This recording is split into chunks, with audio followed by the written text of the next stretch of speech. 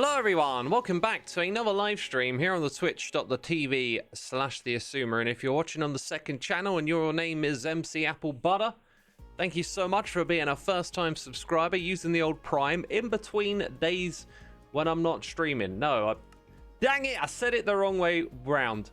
In between days when I am streaming, i.e. a day where I'm not streaming.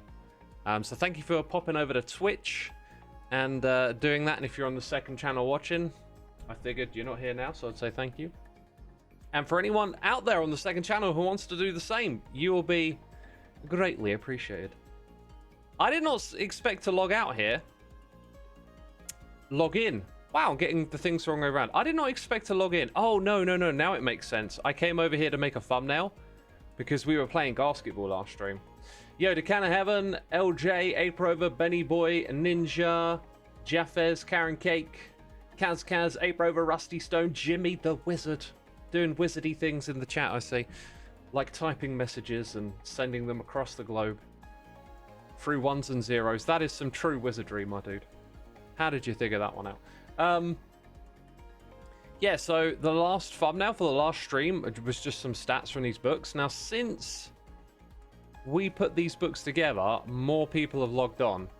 Tango has done 1 enchantment a whole season. I had 0 enchantments up until I needed to enchant stuff, not for my own benefit. It was like some little thing that I needed to do, and I couldn't really do it with books. I just had to enchant a bunch of things, and then I did it, and I was like, oh yeah, I had 0 enchantments because I got the advancement. And then I was like, oh, I was going to go all season with no advancements. Silly, isn't it? Distance flown. So Scar has broken the statistics, no surprise there. Bows used. Oh, this is great. I'm glad we've added this stuff. Distance walked. Very interesting. Animals bred. Villagers traded with. Actually, do you know what? Some of these are worth looking at as well. Like maps crafted. Joe took care of the TCG stuff. Apparently, I've made a lot of maps. That's probably from the project above our heads, the map of the world. Aprover says double shout out. Exciting. Double shout out. Shout out Charlie times 2. Oh, look at that double. Benny Boy gets a triple shout out. I'm multiplying it by 3 in my head. Wow. Did Scar cause an integer overflow? Yes, I think he did. That might be the technical term. Oh, we know that one. So fireworks used. No surprise to see Cub Fan up there. It says used. I think we've got one for crafted somewhere, or maybe... Hang on, let's take the book and check. That is used. There's one for crafted as well, which I'd expect to see Cub at the top of. So Scar was actually top of this list? Oh, there. Yeah, no. Okay, and Cub's a few more. I didn't realize we weren't on the first page. I've sheared the most shearing things. You can't do sheared sheep. Distance by boat. That's troubling. This might mean this one has a problem. Custom boat 1 centimeter. That sounds like it's set up correctly. Okay, well, I might have one more thing to fix. We've got total jumps. Endermite slain, damage taken, cake slices that have been eaten, time since death. Oh, that's page 2, that's why. So Tango hasn't died in a long time.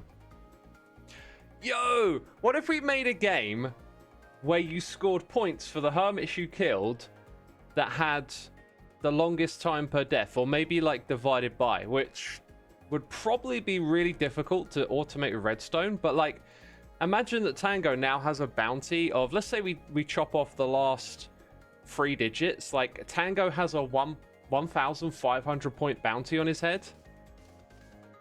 Now, the thing is, like, killing a player when they have a low value, maybe there's even a rule of, like, 10,000, you can't kill them. Because then, as the season goes on, like, even if a player isn't really, like, playing the game, then the number gets so big that someone would be incentivized to kill them to take them over on the leaderboard. How do we... I think that's can all be done via data pack. I kind of like the idea of doing stuff with redstone more. Cleo on the horseback. I remember at the beginning of the season we were going to propose the No Wings Club. But that didn't happen. Bundles crafted. Wither kills. Yeah, not a lot of wither fighting. You can do it once per season, and I mean, look at that. Some people haven't even bothered. Although they might have been part of a group that killed them or something. Cleo isn't on here yet. Okay. That makes sense of that one. Yeah, Corrales is top, as he should be. Brilliant. Pearl is top of this one, as she should be. Has this one been fixed? I don't think Mumbo's been on. Sounds like a fun bounty game, says Hildo. It really does, doesn't it? It feels like that just works. There's this pulling incentive. And you could use the tab screen to put the number next to the person's name. So, data pack though, like, you would have to kill. We could probably detect player X kills player Y, but we probably won't detect player X's trap kills player Y.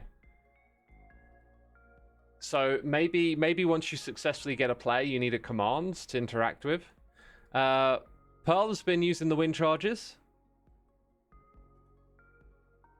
Okay, no surprise to see Cub up there. I thought Doc would have been up here. Doc must have not logged on.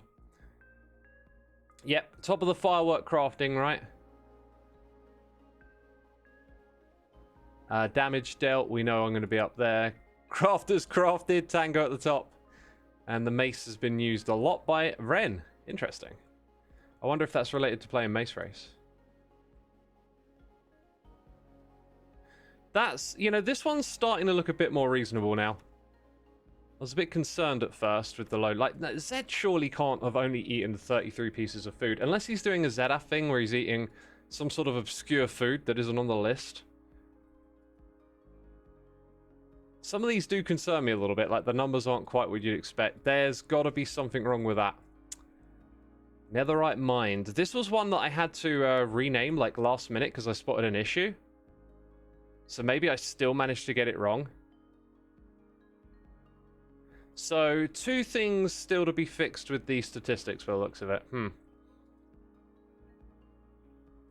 Which honestly I'm not really looking forward to. Okay, this one is broken too. 3 now? Oh my god. There is a mistake in the book that is a mistake from the spreadsheet that I fixed, but I didn't then update the spreadsheet. So when I copy and pasted this, I copy and pasted the error. And the error was fixed. So in theory, if I just go in here and SB killed Happy Ghast.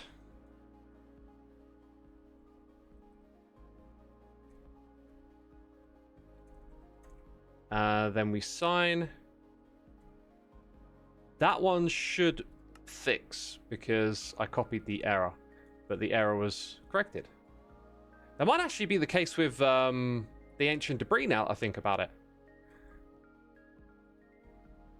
Oh, look, I've quit the most. I think I know why I'm top of that list. It's because when I make a thumbnail, I tend to log in and out of the server a lot as I'm taking screenshots and manipulating them. And the same for streams. So, like, every time I do a stream or an episode, there's, like, 3 or 4 logins and outs. And I do admin stuff where I have to pop on and check stuff. So I'm not surprised to see myself. I'm the biggest quitter. Such a quitter, says 8Prover. I'm such a quitter. I'd never commit, do I?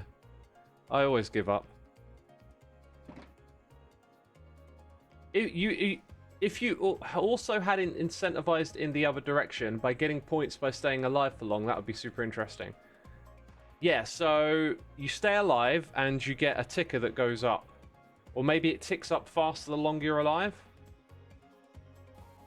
I can see how that would incentivize you to be... That actually kind of solves for a problem, but maybe it doesn't quite work. So if you get points for killing, your action leads to a score value going up. And then someone who hasn't been killed for a long time means you can do that action and like leapfrog other players into the lead. It feels like it might have legs to last for a season longer. The inverse is that you gain more points the longer you're alive. So Let's say day 1, you're alive, you earn 1 point. Day 2, you earn 2, 3. You get that, like, exponential curve. Now you're incentivized to stay alive. And you'll overtake people by staying alive. And then someone might come and headhunt you because you're earning too many points. It feels to me like that's an interesting model. But my gut says, I'm not sure quite why, my gut says that one's less likely to work. Because I think when you take points, you're incentivized because you can be like, if I get Tango now, I'll jump to, like, you know, 2nd or 3rd in the leaderboard. Whereas stopping someone from getting higher doesn't then push you up the leaderboard, right? It feels like it doesn't quite work the same way. All the head/skin changes, says Decana Heaven. Yeah, that as well. That's another reason I would have been logging in and out. You're right, you're right. Okay, so broken is when a tool breaks, and when you mine a block, it is mined. So once again, I forgot to update the spreadsheet with the correction that I'd noticed.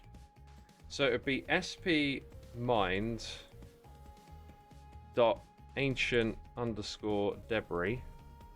Now, I'm pretty sure my spelling of ancient debris is correct. IE. Yep. So that will sign as MC stats. Put it into here. So we've got 2 broken books. After I waffle, this one... See? I fixed it, people. Oh, gosh. I've got a brain and I'm using it. Wasn't there one other thing that had broken? And it wasn't here. I'm just checking in case. I don't think it was one of these. I think it was something over here. I think it was this one. So let's go ahead and take that book. Now, did I have to fix this? SB, that does not look like something that needs fixing to me. So I'm guessing that... I'll open up my spreadsheet and have a little look now, actually, while we're hanging out. By the way, I got a cup of tea 12 minutes in. It's going to be nice to start drinking it now. I guess she was looking at it the perspective from there being an incentive for people to stay alive for long because they'd just be annoyed at being hunted. So they'd go, ah, whatever, just get over it with. Okay, so... yeah, I'm trying to picture it like... staying alive for longer, then you're avoiding people trying to cut you down. But I think... can you imagine that people just can't be bothered because that person's got loads of points and they're way off in the lead? But yeah, flipping the narrative and saying, like, someone's got a lot of points and they can't be bothered. It's like, maybe they don't try to defend themselves. I don't know. I feel like the first one works better. And look, I'm going to write it down and maybe propose it as a mini game. Data pack driven points game for killing players and taking their points. Oh, the only thing about that is, like, where do you see your own score? Because you only get to display one number in the tab screen. I'll come back to my note-taking later. I need to think the idea through a little bit more.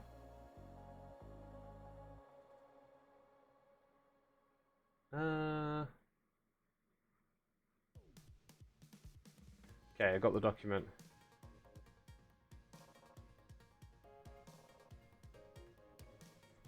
Hi, I'm new to Twitch. Could someone tell me how channel points work and how do you gain them? I think you get them just by watching. They just slowly tick up, something like that. How am I invisible? It's a bug. It's a bug, my dude. Okay, distance by boat. Where is that? Distance by horse, distance by minecart. That's weird. It's like not on my list? Oh, it would be in the murals list. Okay, distance by boat. sb.custom.boat _1_centimeter. Here's the thing. Everything looks correct in the spreadsheet. So now it's a question of if distance by boat, if I got the correct terminology here.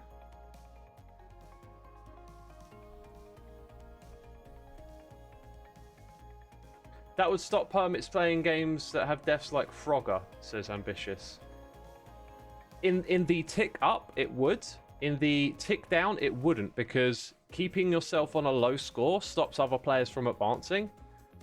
So you would actually, like, playing Frogger wouldn't be a problem, because you would make yourself less of a target. If anything, it might incentivize more playing. Hey, if I play Frogger and die, I'll bring my score down, you know? Alright, just looking this up on the wiki quickly.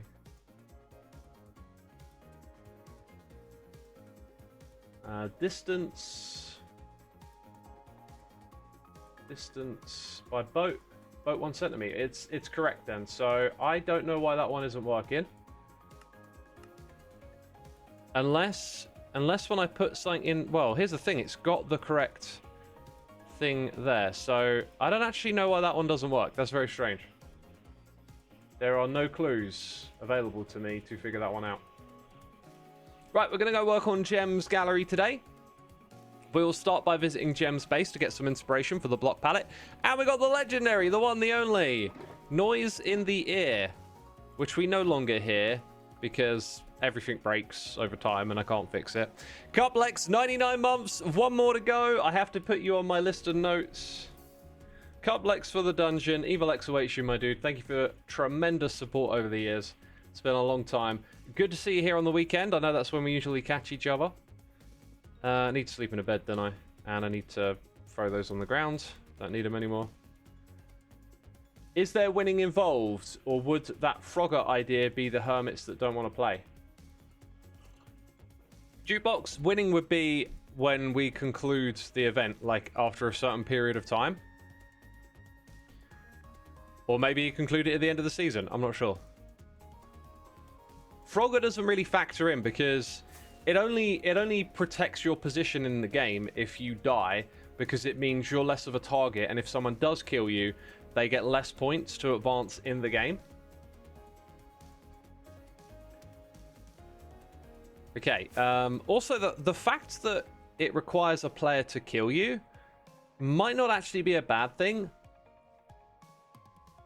It might end up like creating a more social sort of structure for the game. Dude, this is a nice spot to look out at.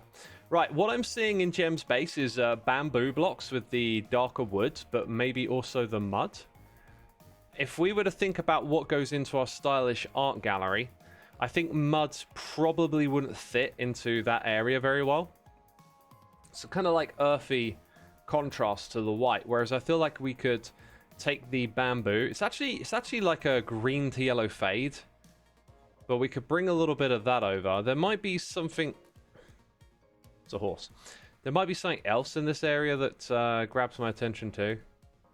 But this is a very like earthy palette, so it feels to me so far like the key identifying things, apart from this dark oak wood, are kind of earthy, and that the bamboo is more about a color for the roof, TCG, than it is... Oh, giant fish. It's more of a color for the roof than it is a texture, you know? The bushes, though, we could definitely take some azalea and spruce and maybe put a little bit of that in the area. What about... The castle is very, like, castle-y. It's not got, like, a big strip of color to it. I think we're just going to have to go with bamboo, even though it's, like, more of a color thing. I think... Did Gem build some of this on this side, too? Oh, I smacked into you, I guess. This, again, it feels like quite a hard block palette to pull from, because, you know, like stone structures that are mossy and stuff, they're a material that doesn't really, like, vibe in the white, clean art gallery. I like the bounty game because it's a nice passive game that gives spontaneous content, a chance for a quick buck for broke hermits. Hermits don't have to constantly do something to keep playing besides not dying for a while. I think you got your head round it, Hildo. I think you got your head round it. Because the game can kind of like lull, but then it can create a funny moment when all of a sudden like someone kills a player who hasn't been killed for a long time, and then they're at the top of the leaderboard. And then someone else might be like, well, you know, if I kill that player, then I'll catch you up. And it could all of a sudden just get some new life breathed into it. I think I might end up using some pale oak where we're going. Got a hunch, got a feeling. Den Tom says, how get view reward? We've got a couple of people asking about the viewership points today, it seems. Look, I don't do much with them here because they don't give you a lot of tools to like link that stuff up to meaningful things. We should take this whole box with us. It just tends to be stuff that I don't really like vibe with much. Like giving you a little bit of temporary flair or whatever in the chat. Like, it's not the experience I'm like trying to create here. Yo, Ryowi. Thank you for using the Amazon Prime. Appreciate you using that on me. Hopefully I didn't butcher your name too hard there. Like, these two are pretty much what we want. I don't think we need to take much more, but I think I'll shove my head into some boxes and remind me of what's possible. Like, we've got a lot in our ender chest, remember? So the melons might actually look kind of like interesting next to the bamboo. I don't know.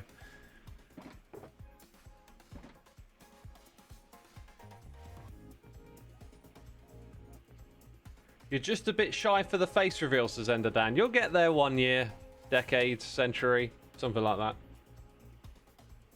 Channel points, do you mean? Says I really don't know. Yeah, channel points. So I just find the things that they reward to not be in line with the experience I'd want to create for you all.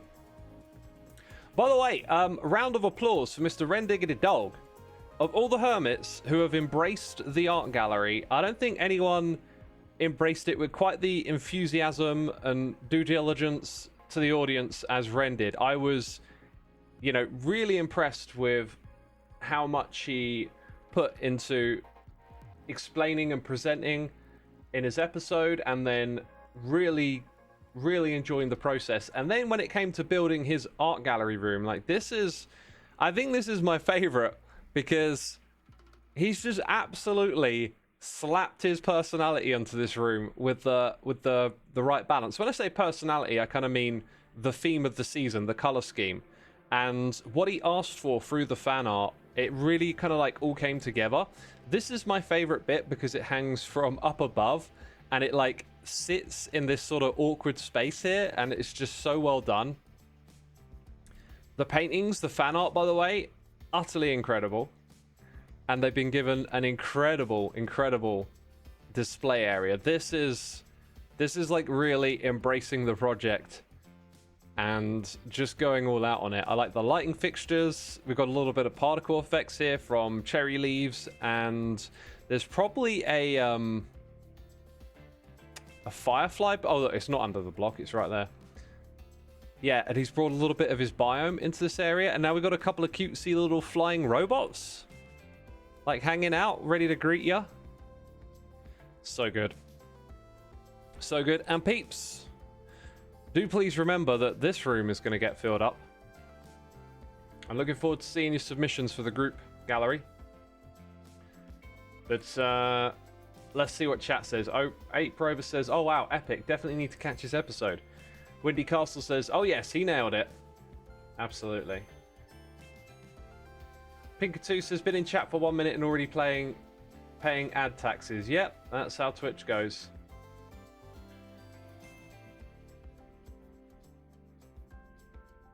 Jukebox says you've only seen small rooms. I felt like Ren probably had like not the smallest room, but sort of probably in the mid-range, but like an awkward space to work with.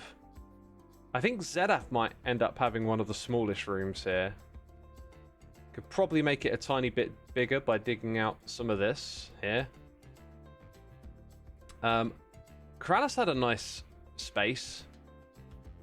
We actually had like a really big room over here.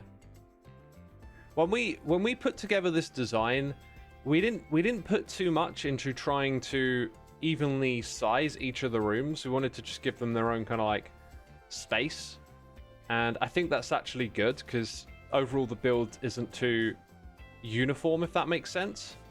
But then like there's some slightly disproportionate spaces where things got squoze together. So down here, I think B-Dubs and Scar and Jevin and Cleo, like their rooms across here were kind of on the small side. You know? I don't know if this guy's actually supposed to stay here or not. I kind of feel like it's going to have to go because it's not... In fact, I'm going to make an executive decision. This does not contribute to the pleasurable viewing of the art. And look, this guy, okay? I'm one of them. They're one of me. When I kill them, they become part of the conscious collective that is the happy Xisuma, you know? Not on camera, not on camera. Oh no, I've left a trail of evidence. No Ghast exhibition. You just don't see the vision. Maybe we could put one in here as like a little Ghast chandelier if I could like trap it into a corner, but I'm not sure this is the space for it. Like this is the big open bit. I am going to put some things in here to like tie this whole project up. Anyway, I spoke to Gem. I've spoken to a lot of the hermits who haven't done their galleries yet, and I'm basically saying, you know, I'm going to come in here and finish them up. And I think Gem wanted to, but like she's going to be unable to for a while. So hers will be the first that I do, and then after that, if someone hasn't finished theirs, I'm going to be doing theirs next. We've had a long time to do these. You know, I want to get my project here finished. It's important to me to get it finished, so rather than let things drag out, I'm just going to come in here and get it going. And looking at here, I kind of don't want to move these pieces much. Oh look, Gem's actually kind of like already used this as well. I don't want to move these pieces much because Gem chose them to go in these spots, but I kind of feel like maybe one of these over here should get nudged a little bit. We'll probably make some like subtle changes. And yeah, we gotta make some decisions that tie the room together, so they'll get shifted a little bit, but for the most part, I kind of want to keep what's already here, is what I'm saying. Okay, so I forgot to bring the dark oak chest with me, which is... Wait, how did I only just pull out one of those? There we go. So yeah, I feel like these might look better if they're like that. Okay, I'm going to go get the dark oak chest, because immediately I'm like, that should be a different shape. Ow! Right in the face. Right in the face. You like the ceiling above Gem's room? Let's have a closer look at it. Ow.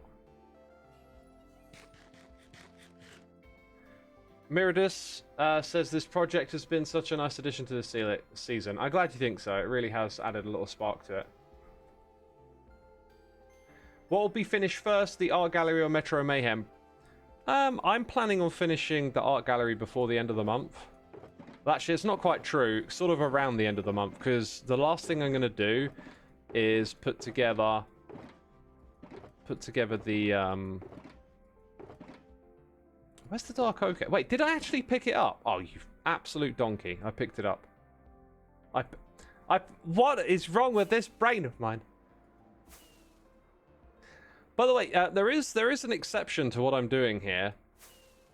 If a hermit wants to come and like redo a room after I've finished it, they're more than welcome to if they, you know, finish it. Because I ain't got a problem with that. Like, let's say the art gallery is done, and then a month from now, someone is like, "Hey, I really want to do my room." They can do it. If they finish the room, you know, then they can rip it out and whatever I did and change it. I ain't got a problem with that. I'm just making sure that it's, you know, essentially done for the world download. Oh, I see. Oh, they were just there all along. I didn't need these. Okay. So yeah, this looks like a nice space, but you kind of walk up into here, get pulled to the left, you get pulled around. I feel like this one should be shifted over one block. Let's go ahead and plop down our project blocks. It's like, would this look better with these underneath?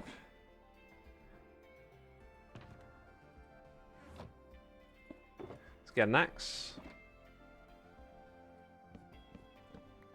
Derpsuma, yep, always Derpsuma. You love the memorial kind of aspects of every world download, like the dueling museums last season, the world maps, etc. Yeah, the dueling museums are terrific. Terrific addition.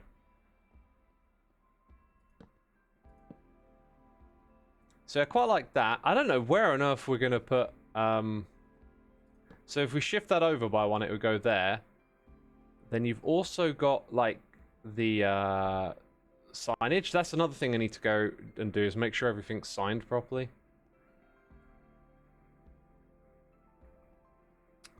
Right,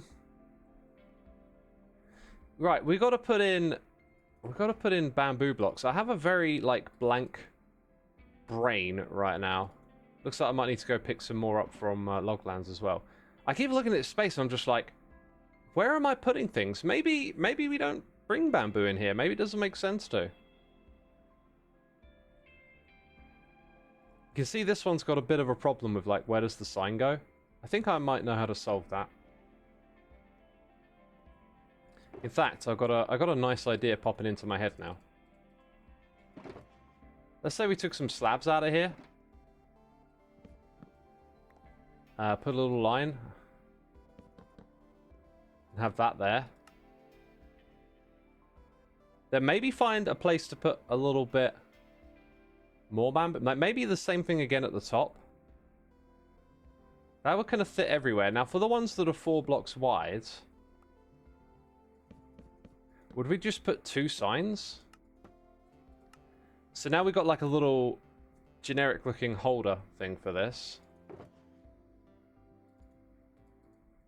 Maybe you put these down the side so you can still see a bit of the dark, but then have that kind of like bamboo pop. This is starting to look like a nice way to bring bamboo into the build. Yeah, and then I think positioning is a big thing. This and this feel perfectly positioned. That might do better on this wall, and then that one, maybe we actually put it here. I do want to have all of them feel like they're like floating. Let's mess with this one next. We're gonna need our stone cutter over here, aren't we?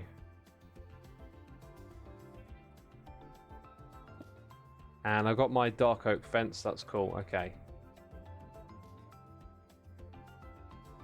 Maybe include a small pond to go along with Gem's ocean tranquil vibe. Unfortunately, that I mean, mirroring what's on top would be really cool. There might be a way to do it. We'll have to see how much space we have, but I think that's an idea worth remembering. Okay, got to go down till we see a gem face. I'm not sure if that was it. No, that...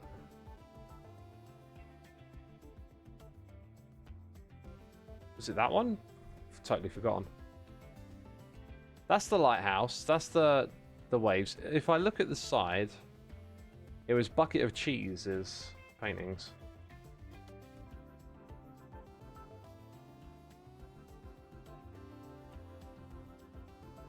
Bucket of Cheese, new update shenanigans. There it is. So this one isn't like attached to what's behind it. Ah. I'm sorry, Ren. I'm going to have to find a new place for Ren's sneaky little thing to go. Sneaky little detail, Spore Blossom.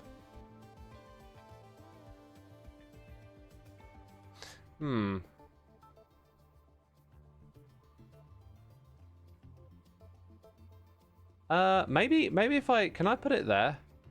I can't put it on. Oh.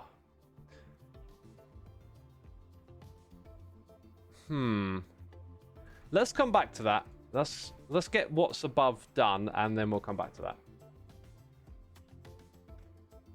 Does Gem only have 4 paintings? That is correct. Yeah, Gem only has 4. Let's see.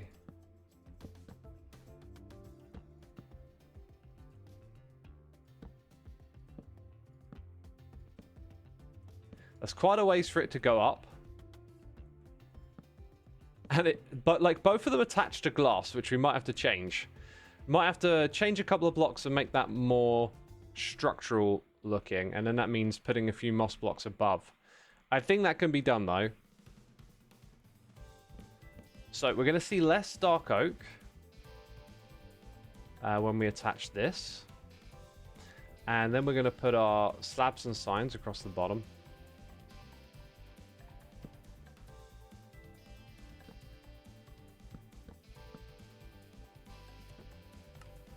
Looking pretty good. Bamboo around the side, right? Then for the back, I think I might just leave it as is. Oh, but you her. Why did that break so easily? Dang it.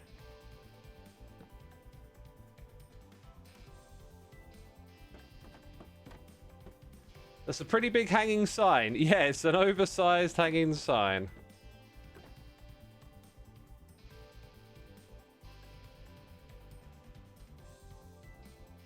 Right, let's take that. Put it back. That, honestly, that kind of works, I think. I don't really see a problem with that. The lighting in this room is going to be an interesting challenge. I think we're going to have to create things hanging from the ceiling above or something. Oh, do you know what? Oh, I know what to do. Oh! An idea just hit me, people. An idea of all things.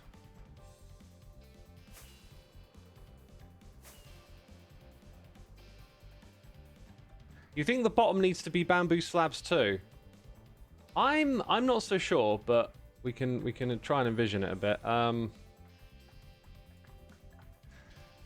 What is the thing that I need next? Apart from a little bit of inventory management. White concrete blocks, that was it. Oh no, an idea! Yeah, uh-oh. Hey, ideas are good. Have we got lots of white wall in there? It doesn't look like it. That one has the white wall in. Okay, we'll take that one. A tea reminder is what you need, says Bear. Bear, unfortunately at this point, I think it's RIP tea. I'll have a sip. I drank about less than half. Still tastes pretty alright. But it's cold. But it's cold. And we don't like cold tea.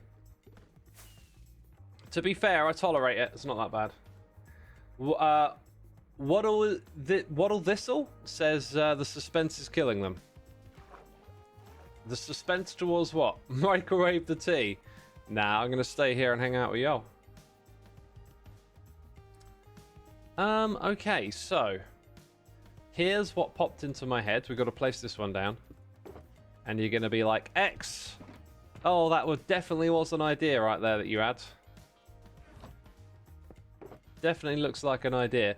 Let's create a beam that goes across the top here, and we can use it for like lighting and possibly then suspension. So if you look at the height here, it's in thirds, which is brilliant. Because then we can put a beam across. And that'll make this not quite as big. Don't have to mess with the ceiling. Oh yeah, and then we can space out a few of those beams. And that's where it gets awkward, because then you're going to see some of that symmetry kick in. But we can make a little modification here as well, right? We can lower that down by 1. That's not a problem. The signs are very aggressive against the dark oak, which draws the eye away from the art itself. You have a point, actually. You have a point. 1 point to you, sir. 1 point to you. No, I think you've made a good point, actually. It does sort of pull your eyes in a particular direction. Also, if we covered up the back, we could actually, like, put lights in the middle of this. Maybe harder to do with this one. No, I think the bamboo in general might be just a little too contrasty here. Like, we already have the contrast of... What happens if I shift it over by 1 block?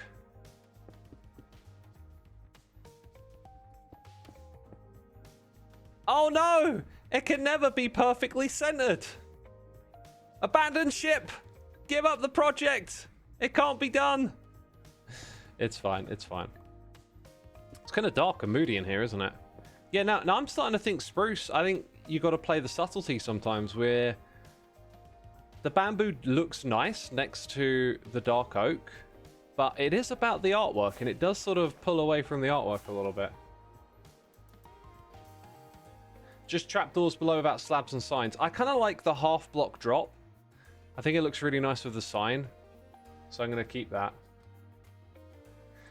Is anyone else reminded of the newish repo level when seeing architecture of the gallery? You've seen Gigs play it. Repo? Oh, I don't think I know that game, but yeah.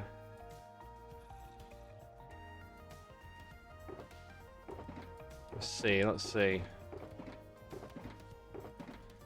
Spruce, I would. There it is. Galleria, is that the name of the level?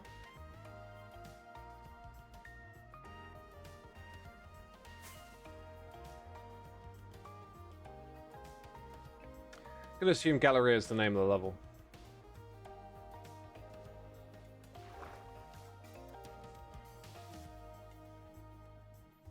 Maybe do spruce / oak. And warped wood. Wow. No. Yeah, I think you're missing why I'm switching to spruce. I'm switching to spruce to play into the subtlety. Because someone has rightly pointed out that these look nice together, but they're a big draw away from the painting itself. So now it's much softer. We'll grab that as well. So we'll go back to... I don't think I'm going to use bamboo at all. Is basically the vibe check now. And if I chose to put spruce trapdoors, then if I put them all across the back, which we can here, that means we can put light right in the middle of the paintings, which I'm not entirely sure we should or shouldn't do.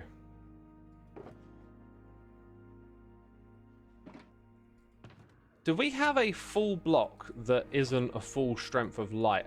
I remember asking this question before. I think magma, but it's like too low. Or maybe crying obsidian, but it creates particle effects. Respawn anchors, but I don't want to right click on those by mistake. Copper bulb, says Blooming. What a legend. Someone's using their brain smarts. I'm glad someone is, because I'm not. You're right, the copper bulb. That means, though, we've got to scrape it and then wax it. Oh my god, I'm definitely playing Minecraft, because now all of a sudden we got loads of boxes everywhere. I should have put these out there. That would be a nice little place away from here to put them. So I'm going to put these at the bottom of the painting. I need redstone blocks to light them up. Or just a lever. We'll take a lever. Okay, so we go like this. For some reason I thought that would do the one next to it. That's not how that works.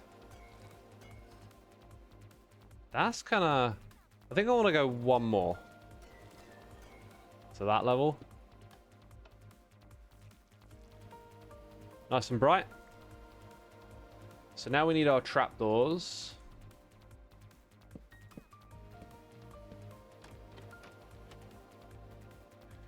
that back in.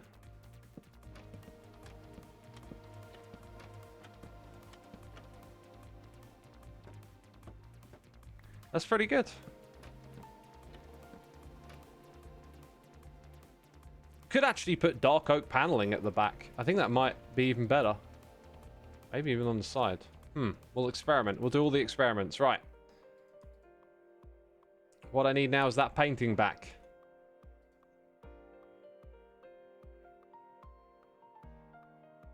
Bucket of cheese. Now illuminated. Yeah, and it's going to look that good at night as well.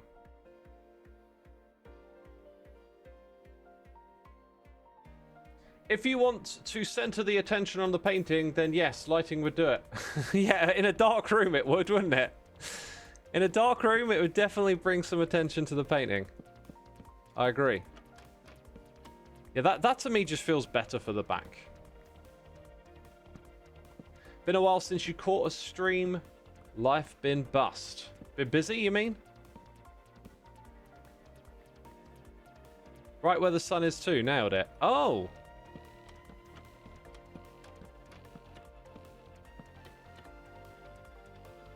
Like, does the sun rise over there? I don't think it does. Doesn't the sun rise that way to that way? I think it rises that side and sets that way. Yeah, there's a couple of sunrises here.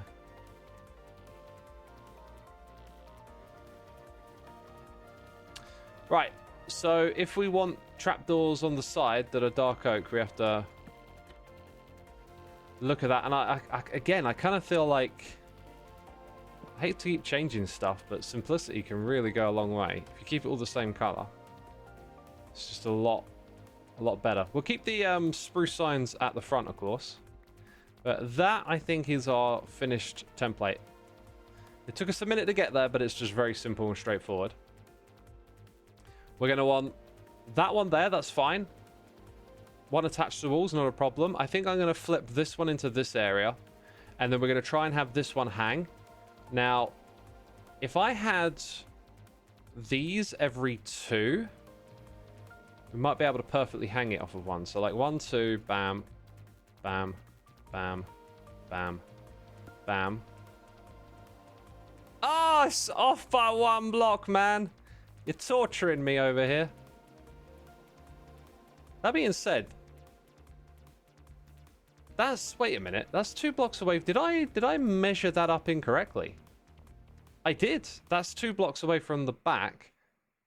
I got that wrong. So actually, oh, okay. Well, we can do it then. We just sussed out the puzzle of Gem's art gallery room, thanks to certain OCD. I don't like using that terminology, but you know what I mean.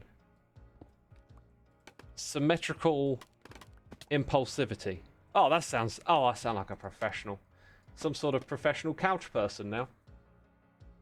My messages to so many typos, I need to start proofreading before I hit send.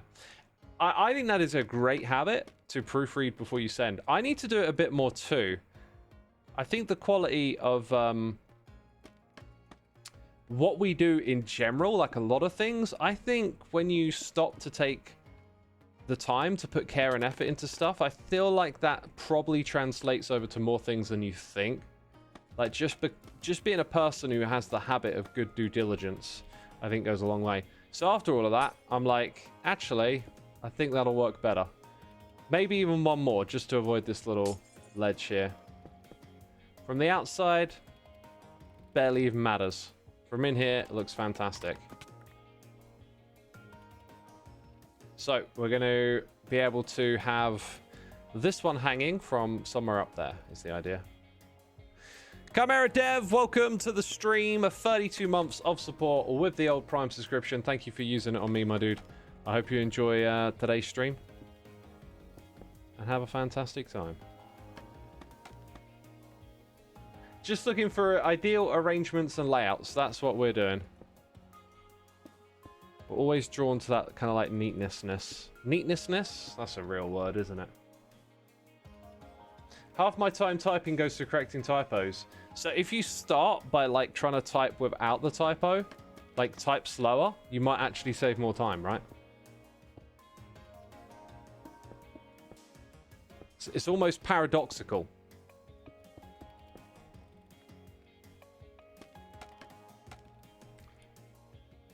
So I've been doing some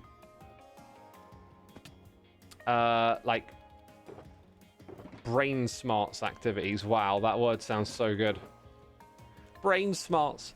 I've been doing my little learning app and trying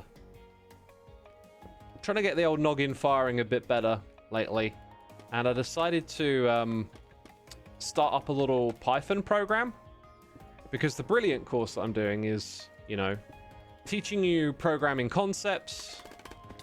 And what it does is it shows you what you just did alongside Python code. So it labels what you just did as pseudocode, and then it shows you the Python code, right? And I'm looking at this and I'm thinking, I can see how I could create a little program where I can draw some colorful shapes into interesting patterns, and then challenge myself to use programming loops and like the arrangement of variables and the manipulation of them to create really interesting, colorful animated patterns on the screen when you run the program. Just like it's showing you in this brilliant app. So I'm like, okay, I think I'm going to do it now. And yesterday I sunk 3 hours into basically getting, well, I don't want to say I got nowhere, but like, boy, did I just get pulled down some pointless rabbit holes, right? So the first thing that I tried to do was install it portable, so that all of my Python stuff just sat in a folder that I could back up nice and easy. I try and do that with pretty much everything, because in my experience, being a long-time Windows user, when you migrate your system, stuff always gets lost because settings are just sprawled out across lots of different folders and places. And when I learned that you could portable install stuff, I just put these apps like web browsers into one place, and it means I back everything up, and literally if I run that on a different system or on my next computer, it all comes along with me and it all works. It's been great. Like, I've got a lot of stuff that just runs from portable apps, and it just makes upgrading to a new system like less hassle, because at least all of those programs will just work, right? So I started there, and I had ChatGPT walking me through what to do.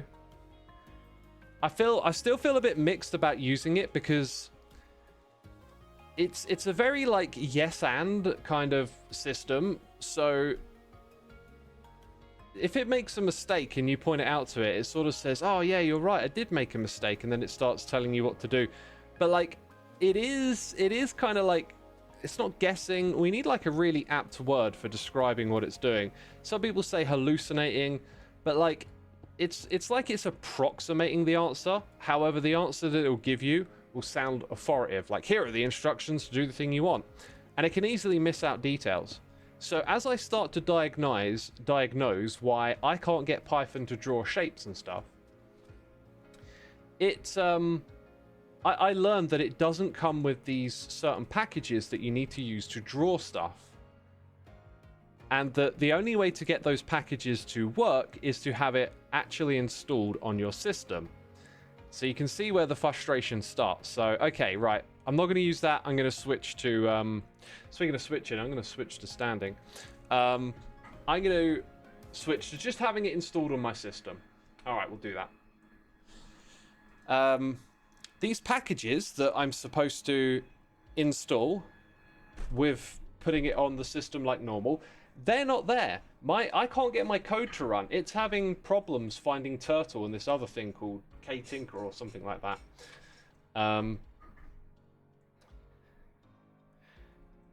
this is now very frustrating, because, you know, ChatGPT at this point is giving you these very like, oh, well, here's what you need to do. And then you do the thing it says, and you're like, that didn't work. What's going on? And it took me ages to diagnose what the issue was. Turns out all I needed to do was run the installer with the admin privileges, and then bam, it worked. But that took me like hours to figure out, because I kept following ChatGPT's instructions and trying all these different checks and this thing and that thing, and oh, it was tedious, right? I finally get Python running on the system. I've got a cool little script that checks the folder for scripts. I say what I created was a batch file .bat.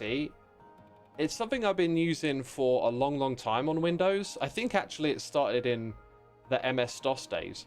But you can just do some like simple chaining of commands. Like I've got some MIDI apps that I use for composing music, and I need to execute 3 of them in order. And I created some batch files yesterday that will open the programs one by one and also close them one by one. So like, rather than me doing loads of opening and closing on the menu screen, I just run the batch file to open them and the batch file to close them. I could chuck more stuff in there. I could get it to open Guitar Pro, Fruity Loops, like just, you know, open your whole environment and all the things that you use for that task in one go. So what this batch file does is it reads what's in the folder, like, you know, scripts.py, or like, you know, the little bit of code that I just wrote .py, right? Like it's going to pick up all the different files, and then it will put them on a list in front of you, and all you have to do is press the number that corresponds to the one you want to run, and then it runs it, which is great. So I could start running these scripts, and immediately I just keep running into like annoying thing after annoying thing, where it's like this isn't like what I was doing in the Brilliant app at all. This is very different. I keep forgetting the thing that I want to do, and now I remembered what it is.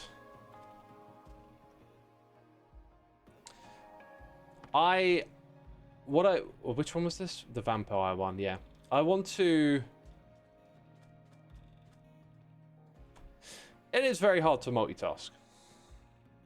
I want to draw shapes, and the commands for drawing them are not the same as they appear in the Brilliant app. So I did some investigating, and again using ChatGPT, but it sort of confirmed my suspicion, which was that what Brilliant is telling you is Python code is actually not Python code. It just looks like Python code, and that's what this thing confirmed, which I found really frustrating and disappointing.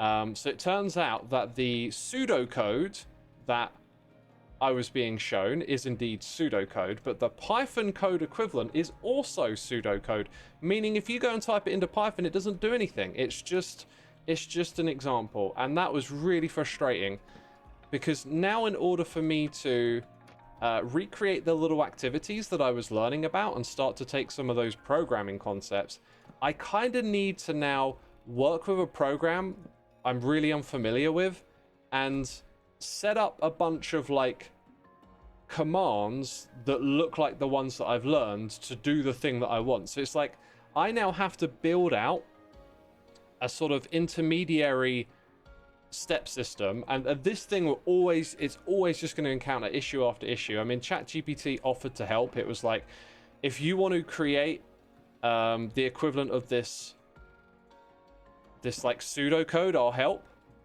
But you know, I just feel like it's just gonna break down over and over again, and I'll just be setting up myself for a nightmare. So I've very mixed feelings now. I think it's going to be something that maybe I chip away at a little bit at a time, and then if I run into a problem, just like, you know, let it go, chip away at it again, and maybe like slowly it comes together. But I kind of also know what I'm like when something doesn't work, I get really like sucked into trying to fix it, and then the hours go by and it's like, what have I done today? Not very much. Like I said, 3 hours yesterday just to learn that the thing that I wanted to do, well, it turns out that's not actually Python code that I was learning, it's just pseudocode. So really quite disappointed, because this is the common experience with playing a game that teaches you programming, is that when you want to go and take those lines of code that they were teaching you and put them into a programming language, they're not actually relatable to a programming language. And it's like, why hasn't someone made a game where you could literally go and grab those commands that you learned in the game, put them in the programming language, and see the same thing happen? That's what I want to do, you know? That's how programming can be a game. I stayed up until 3 a.m. a few days ago trying to make a computer shader work. Yeah, you see, I'm not looking for that part of the challenge. I'm looking for the bit where it works and I get to just like manipulate the thing that happens. So in this case, it was like drawing shapes on the screen and using loops to make pretty patterns. Like, I just want to explore that aspect. I don't want to do all of this like difficult setup to just get to that one point. So yeah, that's kind of how I feel about it. Like, not great, basically. It's been a big time sink. And I'm kind of not sure if I want to continue or not, because I really like the programming games, but then the programming bit, it's just not quite the same. I want that feeling of like the environment works in your favor. If that makes sense. X, there's probably an AI made for Python coding instead of language. There's AIs made for maths these days. That's a good point. ChatGPT might not be the best thing to use. Yeah, thanks for suggesting that, actually. That's something I should look into. Is there a Python-specific AI developed? And maybe that will help me. Because, like, I've got to set up a bunch of intermediary code to do the thing that I want to do, right? And as soon as I encounter, like, some sort of variable, like, one of the things you can do in Brilliant is you can rotate the shape. And you do this by doing math, where you say, like, what step of the loop are we on, and do I then multiply the angle, or do I divide it? And you can divide it by another variable. So you set up a couple of loops and variables, and it starts drawing these shapes in intricate patterns. What's the betting that, like, I'm gonna get ChatGPT to tell me what I think is the correct thing? Like, it will draw the shape, it will be in the middle of the screen, and then we introduce rotate, and it just breaks the code that makes the shape draw. Like, that is what I'm anticipating will happen with this. It'll be like every time I step a little bit closer to doing the activity I want to do, it's all just gonna break. It's all just gonna break. I'm not sure if I waxed the ones over here. I kind of saw... Oh, it must have done, because the honeycomb moved, but I didn't see any particle effects, right? You right-click on it, and it's already done, and the honeycomb doesn't move, so... That's for this one. Finicky. That one's going to stay where it is, but we need to put in the lights. So Tate Art. Finicky and Tate Art.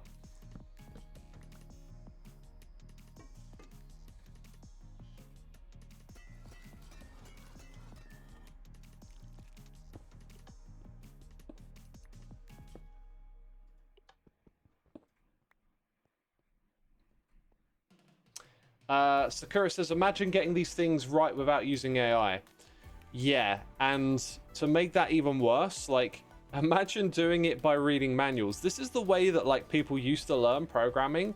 You would, like, read all these manuals. You'd have to take in all this information about stuff that's, like, irrelevant to what you want to do. And then you... with AI, you sort of skip that and you just learn the bits that are actually relevant to you if the AI hallucinates the right thing for you. And I got to admit, it kind of shows like laziness. Like these tools that we're developing, they're kind of like a double-edged sword. It's the same with a lot of coding. There's a lot of coding that's like copy-paste. So someone's already figured out how to make the edge of the screen or whatever. Like let's say you got a window for your game. Someone else has already figured out how to make the edge of the screen flash, like maybe when you take damage, or like a screen rumble. So like, why would you build screen rumble again from the ground up? You just go and copy that code that someone else made, right? And you bump it into your project, and then you refer to it, and it does the animation for you. There's a lot of that already, and I think like that's a good thing, but like to fully understand all you're doing with the programming and really know it inside out, that's a different level of skill, and it's like not particularly appealing to me to learn stuff from the ground up like that. I'm kind of just interested in the sort of puzzle layer where things work and you're just like tweaking them to make them do something different. Pyroburnium, thank you for 84 months. 7 years. Someone's done the math. That's a crazy long time. Thank you so much for the resub, my dude. Also, Enderzella coming in with the 6 months. I haven't been here for at least a month regardless. Yippee stream. Well, welcome back, my dude. Thanks for coming by. Stonky Kong says, I hope AI will remove cognitive labor rather than creativity. Yes. So like, I'm with you on creativity in AI. To me, initially, I kind of thought it was like, just in the future, you know, you would experience art, music, movie, cinema, like let's say 50 years in the future, much more like telling this thing what you want and then getting it.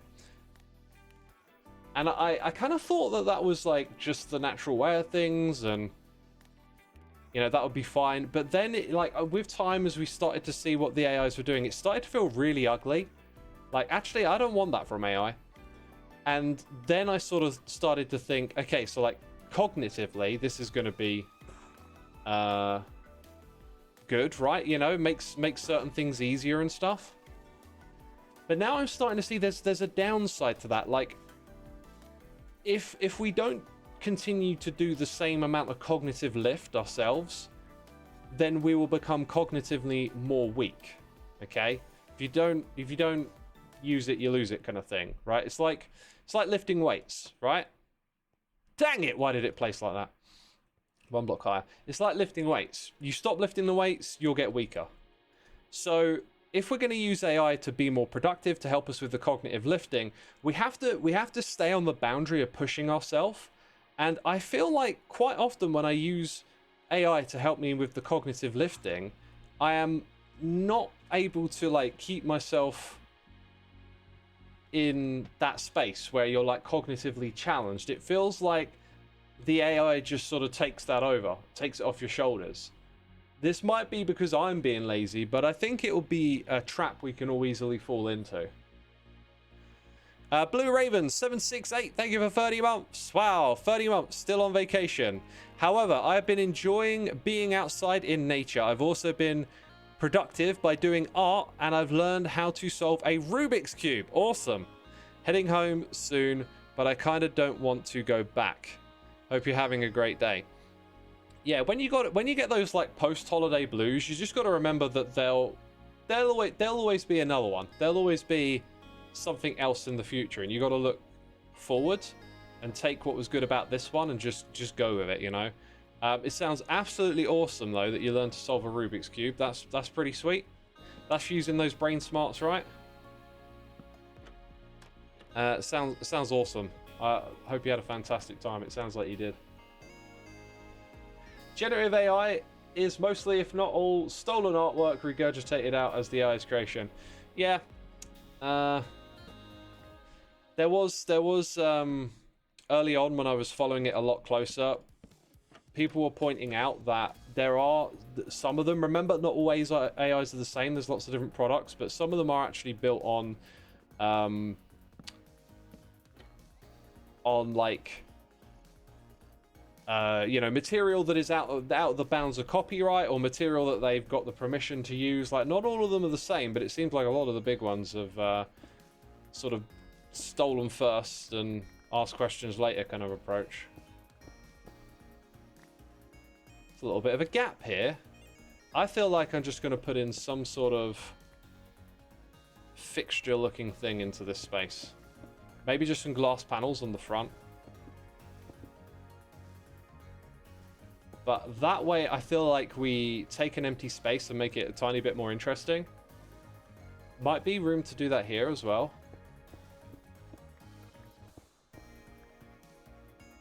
Yeah, I think we'll put some like glass into that space. Maybe make that one a little bit shorter, actually. And it helps just break up the empty space. This has ended up looking mighty fine, but like, notice how it's very plain. We haven't actually put anything extra into this room yet. We just made the basics work a little better. Sakura says, I've actually had a Chinese coder recently try to suggest I use AI, to add this feature to Lightmatica. I outright refused to use the AI, and then I proceeded to code the feature myself anyway. Yeah, I think, yeah, I mean, like, if you don't want to use it, that's absolutely fine, and you're doing the heavy lifting there. The thing is, if you get the AI to help you code it, from what I'm hearing, it's because I like programming at a distance. I've listened to way too many podcasts about programming. I just get how awesome it is, even though I don't do it myself. And every now and then I do a little something that's like slightly adjacent to it. Like making a little macro to open and close your programs, right? What I'm hearing a lot of is like people are now using these tools inside of their environment, and they've had them for like half a year or more. And now they're starting to feel like they're becoming worse programmers by using the AI. And I think that's what I was saying earlier about how the AI reduces the cognitive load on us, but we have to rise and meet it. I got another great example for this. It just popped into my head. So I have an electric bike, and you can turn it on. You don't have to use it all the time, right? So you pedal. We all know what cycling a bike is like. You pedal, you go forward, that kind of thing. You have to put your energy into the bike to make it go. You get to a hill, it can get a little bit harder, you change the gears, all that kind of stuff, right? Now, I was curious about what would happen before I got it, and I still don't feel like I fully wrapped my head around it, but when you turn on the electricity, are you going to cycle the same and go 10% faster, because we put 10% juice into it or whatever, or are you going to put 10% less effort in and go the same speed, right? It's quite interesting because more often than not, it's like a mix of the two, but I find it hard to control that. So like once I start using the electricity, it's actually kind of hard to keep my legs moving at the same intensity. It feels like something gets absorbed. And then when you go uphill with the electricity on, it sways in the other direction. It feels like you straining yourself, you know, putting in energy and effort. It like swings back. And I thought before I was going to get the bike that it would be like a fixed thing, like it would feel a particular way. Like you would just be cycling and bam, you're going faster, or you'd be cycling and bam, it just got easier. But it tends to like sway around the middle, and it tends to depend on the terrain that you're in a little bit, which is not what I expected. Now, the analogy there is that this is what we're doing with AI. When we get it to help ourselves, we're probably going to find it difficult for it to make us go 10% faster, right? We're probably not at the same time going to put exactly 10% less effort in. It's going to be in the middle, but the point would be that we would be taxing ourselves less cognitively, and therefore we will probably start to decline in our skills. Even though we feel like we're learning new stuff, and maybe we're doing things that are more advanced with its help, we're not going in the right direction overall. Like, you got to challenge the brain constantly, right? I'm thinking that we put like something here with light, there, and there, and if that would bring light to the areas of the room that I think probably need it the most. Brain to muscle, got to use it. Ideally, people use AI to do the mindless cognitive tasks.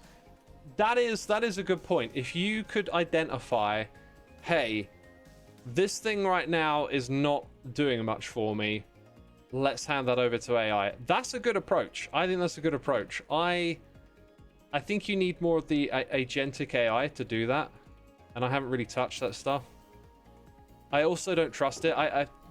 There's a few things, like, I'm not sure where. It's either like built into Windows or built into some of the apps that I use, because it's everywhere now, right? Like, you just see it all the time.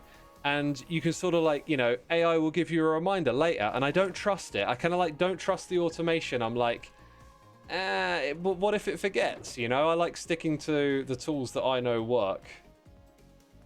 I think I took out all the slabs there. That shouldn't have been the way. So I'm a little resistant to doing that, but you're probably right. That's probably the spot we need to put it on. Like, do I need to read through all these emails today? That kind of thing. Darn Copilot, says Maddie. Yeah, I need to find a way to debloat it out of Windows. I just don't want it there.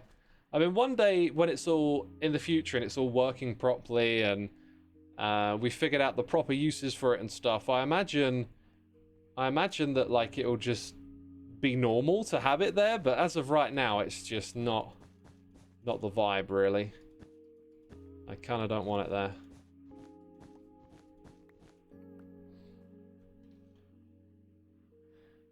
Expectation. AI lifts up your productivity. Reality.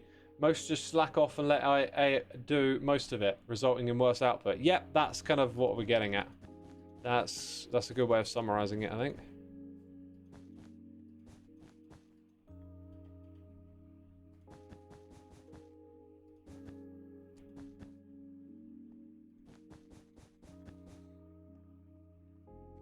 Feels like this over here should have a connection.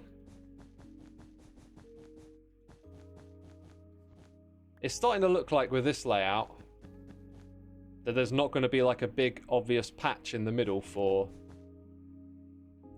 adding something. But that's sort of what I'm trying to do here, right? Just get the lines in and then think about where the feature in the middle might be. Or maybe just a little flower pot thing over here on the side. And then one there. Could be kind of cool. Maybe one in this space. Right, I need more wool. AI is cool things, but I absolutely do not trust the corporations to do it right, and I don't think that will improve in the future. Also, think about how we are doing now. I feel like I'm doing well. I don't need AI in my life, says Windy Castle. Yeah, I'm with you on the whole, how the corporations are doing it. It's a very ugly arms race after people in the industry for a long time have been saying, this is going to be big, we need to do it cautiously. We need to get everyone's attention. We need to get everyone discussing this, which they have done, but they're still doing like the full-on just dive into this stuff, despite sort of acknowledging how it's going to be tricky to get right. It feels very ugly. It's become like a corporate arms race, which I'm not particularly happy about. I don't like that aspect of it.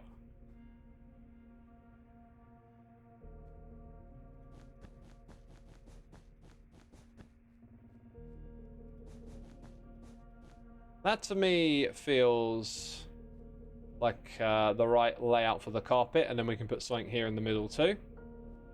Although I think it's going to be too wide. Maybe we don't actually need all of this here. Maybe that's the way it works. Yeah, that looks much better to me. All right. As for the thing like I don't need AI in my life, like that's, you know, I don't need a mobile phone in my life, is what someone might have said at the end of the 90s. The benefits of technology are kind of irresistible. We all just end up using it at some point or another. It's about doing it the right way. Ender Void Wolf, welcome to the stream, my dude. Thank you for using the Amazon Prime on me. I appreciate you supporting the channel and all that we do, and thank you for 39 months. You just joined, and you believe AI must be a choice, but it feels like big companies are forcing it on us. They are slapping it into every product they can, and it's not great, is it? I'm not a big fan of how it's just being shoved into everything, but it feels like they're doing it, you know, in this ugly arms race I keep mentioning. Everyone's got to be like, you know, the big winner of AI, and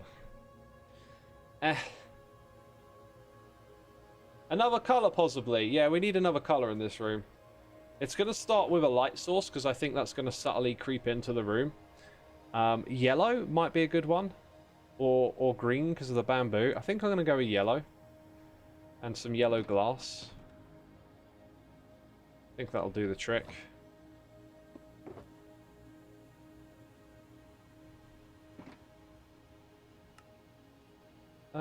Free, I think, is what you want. And then that becomes that.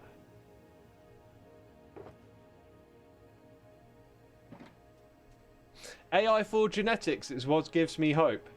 I've got a rare genetic disease, but there's a good chance due to the current advancements in research tech like the AI I'll be able to have functional vision my entire life. Without these advancements, I'd have no hope.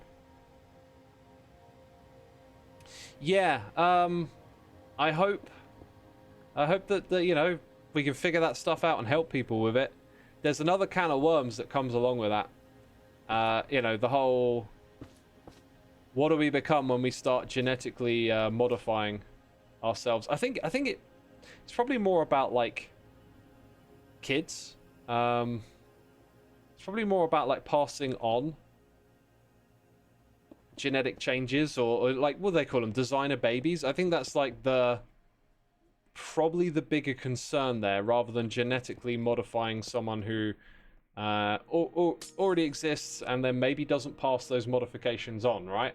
Like, that's probably far more tolerable. But I think there's a big fear of what happens when we start messing with our own genetics and passing that on. You know, can changing genes for seemingly innocuous reasons then lead to some dystopian, unforeseen consequences further down the line? There's like social implementations of, you know, wealthy people having access to the ability to modify genetics that sort of solidify their position. You know, like, what if they can make the wealthiest people make super smart super babies, and then they get wealthier? Like, it's a massive can of worms to open. And one day it might just be like normal. One day we might just be a race of genetically modified people who figured out how to do it and make it work, or maybe live with some sort of catastrophic consequence of all that. I kind of like the idea of putting some end rods in here because they're a little bit more neutral. But we did say we wanted to introduce some color. I kind of want some quartz stairs, which they're probably in my ender chest now that I think about it. And gonna need a little bit more than 15, I think. Although we do have, yeah, no, actually we've probably got enough in there. Gene editing cannot be passed to your kids unless you edit the embryo. Ah, okay, yeah. Yeah, that sounds... If you had asked me what direction I leaned in, I would have had a hunch based on things I'd heard in the past that that's the way it goes, that you can't pass it on.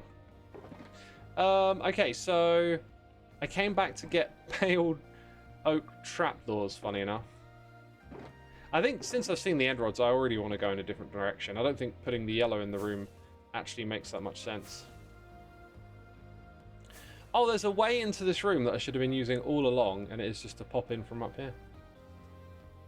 Is that literally the first time I've figured that out?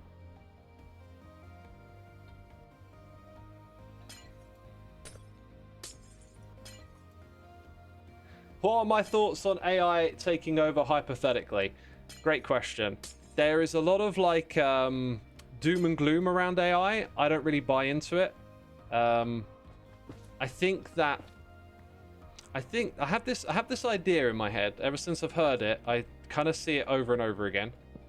It could make me a little bit biased to it, but I heard this thing about how people, when they're using logic in arguments about, I don't know, morality and political points and stuff, it tends to be that people react to an event emotionally and then try and find logical arguments to back up their position. Ever since I've heard that, I've been, you know, running that experiment on myself, running it on other people that I've listened to express their opinions, and it feels to me like it could actually be quite true. If you take the time to actually listen to people with opposing opinions to you, they can present logical arguments that make sense, yet you can disagree with them. And I think that's because, you know, sounding logical and stuff is actually quite easy, and perhaps we don't acknowledge that being human is maybe more emotional and quite illogical. So, with that in mind, like, there are these arguments that are kind of trying to rationalize logical things about AI that I think might just come from a more emotional place. and that's why they're trying to rationalize these things about AI. And we're building this, and these logical arguments, like, they can sound great, but if you take the time to listen to different sides, a lot of these arguments about where AI would go can sound great. And I think the reality is, you know, we kind of don't know, but we're definitely building it off of ourselves. And people can do terrible things. I kind of believe that most of the time, most people, 99.9%, are good, decent people. And we go about living our lives with like 99.9% of the time we're good natured towards one another. But then it's like that thing about breaking a bowl is easy. Pick up a food bowl, chuck it on the ground, it's easy to break something. It's much harder to do all the things that need to go together to make that thing in the first place. And I feel like the way we look, we're hardwired for negativity. So we see the breaking of the bowl all the time. When something bad happens, we've got big populations of people, there's going to be bad stuff happening all the time. But we're like hardwired to look at that and be like, bad thing just happened, bad thing just happened. And we're less like cognizant of the fact that that's a small thing in a big pond of people working together and going in the right direction and being nice to each other, you know?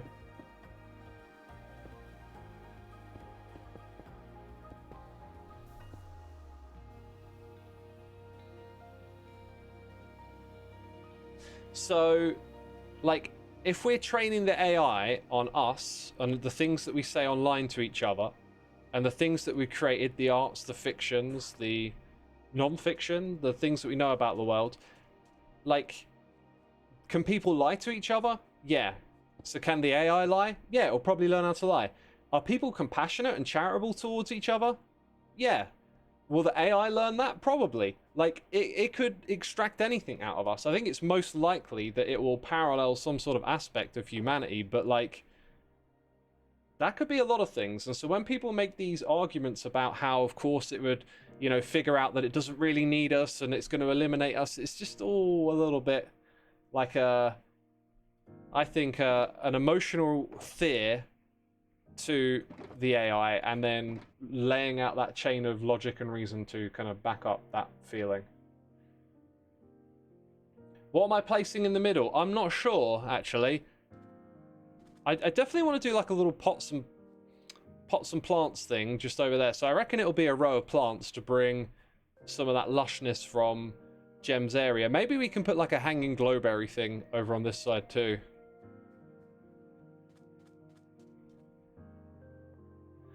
People vastly overestimate AI. They think because it's talks smart, it thinks smart.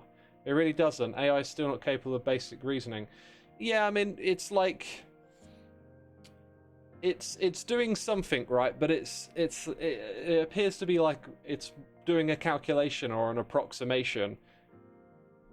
And they make models that reason and can reason better than other models, but like you can see the structure of how they do it. They create these like loops where you ask it a question, right?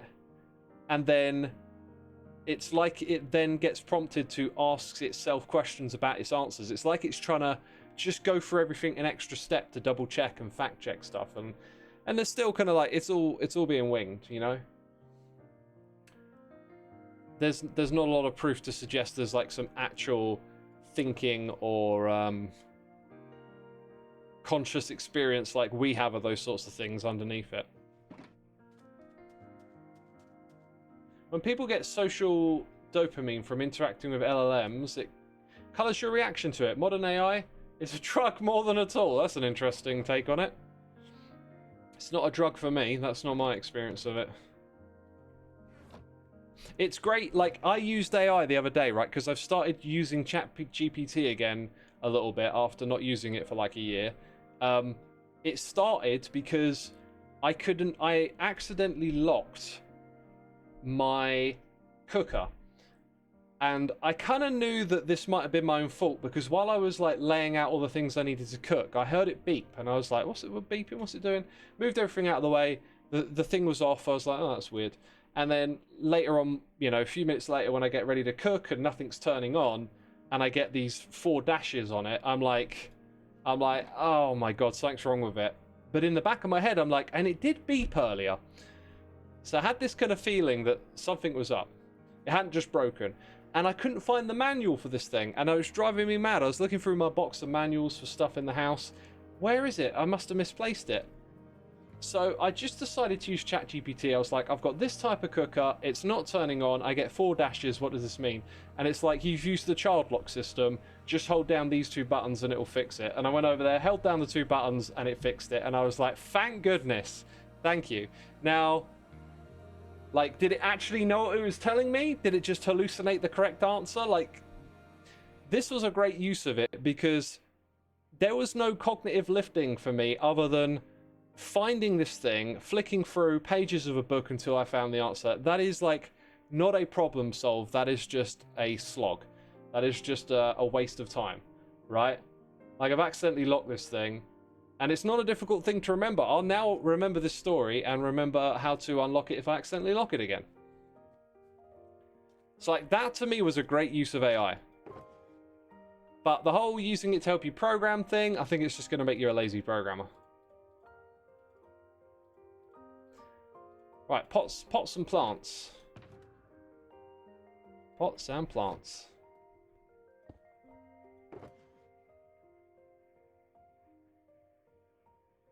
AI is currently an automated encyclopedia, nothing more. I don't know what an automated encyclopedia is. But like, trying to simplify it to that, I mean, what about all the stuff it does with medical research? Like, it's been incredibly helpful in advancing medical research. That's a place where AI has like really excelled and really done wonders. Like, genuine good. Solving the protein folding problem and stuff like that. Any sort of statement of just like trying to dwindle down something big, complex, being used in lots of spaces, it's always just going to sound a little silly.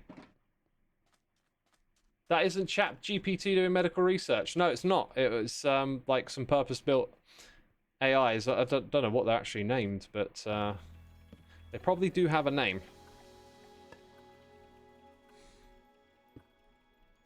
I feel like some barrels might look good here as well. AI is great for devs who don't know everything. For instance, I'm not great with networking code, but AI knows it. Yes, but like, what if someone then took the AI away from you? Like, how good would you do from that point onwards? It helps you get stuff done, but like, it's, I was saying earlier, it's like a bit of a tug of war between like laziness and learning. And I think you can be lulled into thinking you're learning a lot, and then actually it's like, nah, it's kind of doing more of the lifting. I feel like there's another block that should sit on top of that barrel. Just trying to think about, do you know what, there'll be some in this area. All the little decorative tricks that we use for plants. This is kind of what I'm thinking of, like maybe a bush like that. That's kind of nice. Didn't use that too much else. Well, actually, no, that got used in this area. That was kind of it. Maybe we'll make these just 4 blocks each.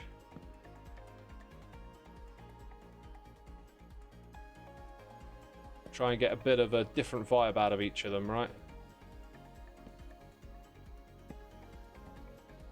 Like, they can't be symmetrical. Ah, that doesn't go on top of there.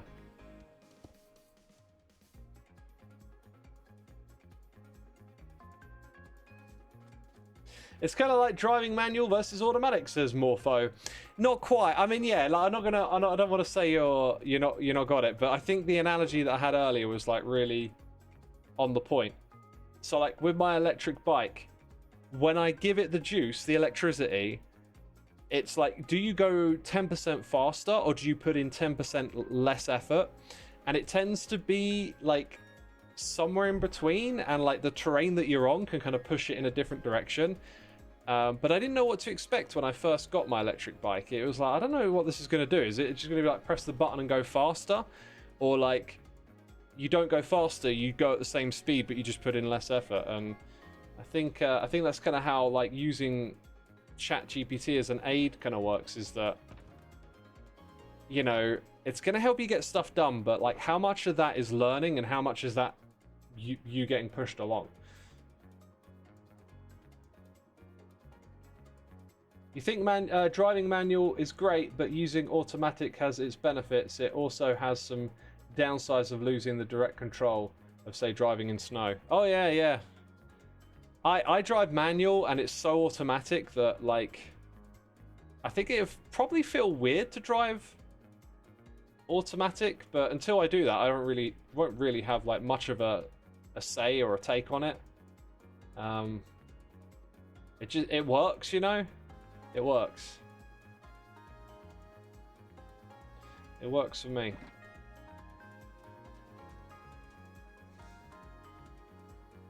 I would have loved to learn how to drive with a manual stick shift, but now that I've been driving automatic the whole time, I can't imagine any other way.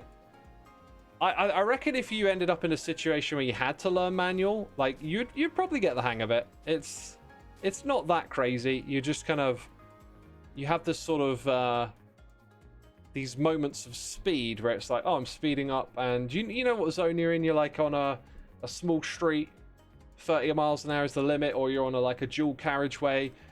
There's like these certain situations where the speed of the car changes, and you get this rhythm of like changing through the gears. I reckon, you know, it'd be weird at first, but you could get used to it. Pacifist Praxis, thank you so much for the Prime. Appreciate you using that on me, my dude. Are you enjoying the stream? Having a good time? I feel like I want to put like those flat on the ground pink flowers through the middle here. You daily drive manual and occasionally an automatic. It's a lot of weight off your mind having to just single press the brake or even just taking your foot off the accelerator. Yeah, definitely it would make it easier, wouldn't it? For sure. Can't argue with that. It's just, for me, it's like quite automatic. I will say though, like, I'm a very like vigilant driver. Basically every time I get into a car, my brain is like, oh my god, you might crash and kill someone, right? Which might make you think, X, come on now, that's not reasonable. And it's probably not, but like, I feel like that level of paranoia probably makes me a better driver because I don't take risks. I don't drive aggressively. I'm very cautious. I'm always checking my mirrors. I feel like a lot of weight on my shoulders as the one driving, and I think that's ultimately going to be a good thing. I don't let it freak me out, like, you know, getting all worried and upset. It just sort of makes me vigilant. I feel like when I drive, I'm very locked in. It's not too often that, you know, like when you cycle somewhere and then you start thinking about something, and then you're like, you get really lost in a train of thought, and then you're like, oh my god, I don't remember going around that corner, or like whatever I was doing back there. That doesn't happen to me a lot when I drive. When I drive, I just feel like I get very like focused and locked in. And it really annoys me if I catch myself and I'm like, I don't know what I just did. That annoys the heck out of me. I think I know what I want to do here. I think I want to put like a moss block or a bush inside of the thing using an armor stand. And I actually think I want to put the flower pot there so that we can put an actual flower coming out of it. Ah, yes, autopilot mode, says Bear. Yes, that one. I don't like feeling that when I drive. I felt it a little bit the other day when I drove. There was like a portion of it where I just got, like, I started thinking about something, and then I was like, I don't remember going around that corner, and it terrified me. I was like, all right, focus, focus.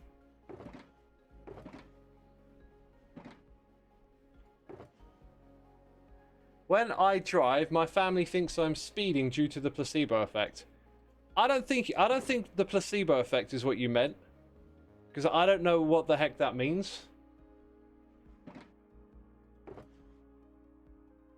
Sumi says, hello, derpy friends. I think I'm the derpy one. I don't know about everyone else. I can't speak for them lot.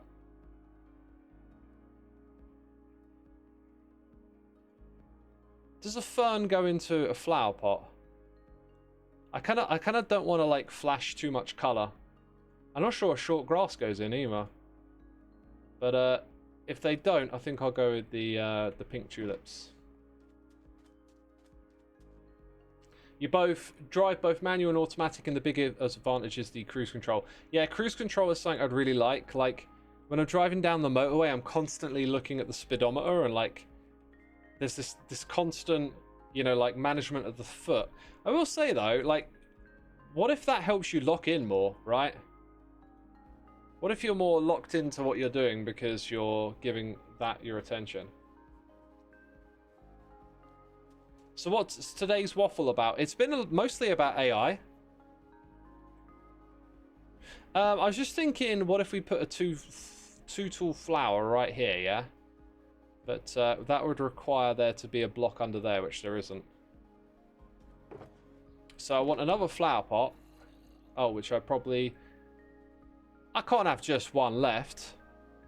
I don't have any on me. I don't believe it. I need some bricks. There we go, we got some. Peeps, I really need to nip to the loose, so I'm going to log out because I can hear a zombie. And I'll literally just be right back. Oh wait, actually log out. Yeah, don't go anywhere, peeps. If you're looking for something to do while I'm gone, I'll literally be a minute, but you know, go check out my music. I'll appreciate it if you do that. You might find something you like. I'll be right back in a second, peeps.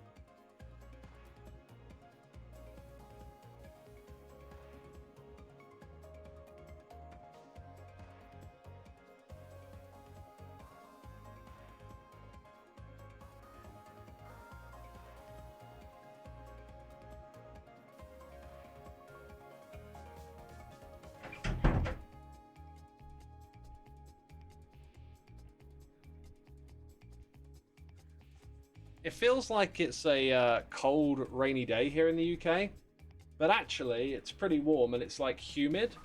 So even though it's got the atmosphere of a cold day, it's pretty warm. It's pretty muggy. And when the days are warm and I've got my headphones on, I'm streaming, I take them off and then I just hear how loud the fan on my computer is. And it's like it's going for it. And I just heard that. We get mad thunder in Europe tomorrow, says Tommy. Yo, mad thunder. That thunder's mad. Oh, look, it's so angry. To be fair, thunder is pretty angry.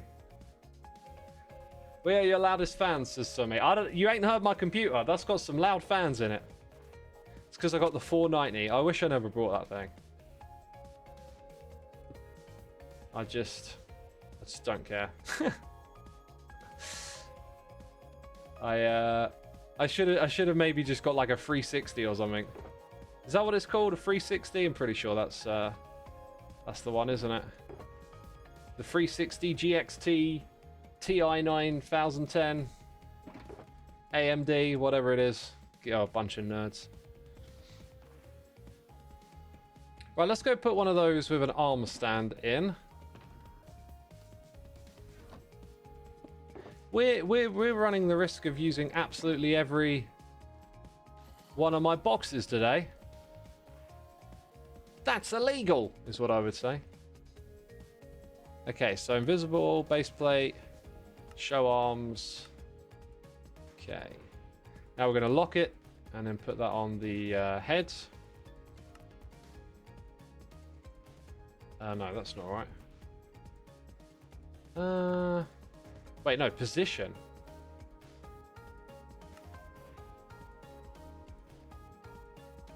That kind of works. Although, I think I'll go something like that. Maybe give it a little imperfection. It's kind of cool. I really do feel like there's another block somewhere that would fit into what we're doing there. Did he just call us nerds, says Somi? You know what you are. I'm joking. I mean, I still feel weird about joking with the word nerd, because when I grew up, it was like definitely derogatory.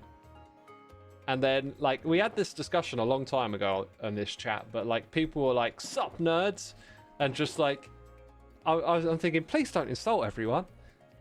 But like, it's changed now. It's like, okay, nerd isn't an insult. Fair enough. I never really cared much for groups of people being blanket insulted. Never my vibe. Even though, like, growing up, I didn't like see myself as a nerd or anything. It was just like, there's no need for that. I've always liked nerdy stuff, though.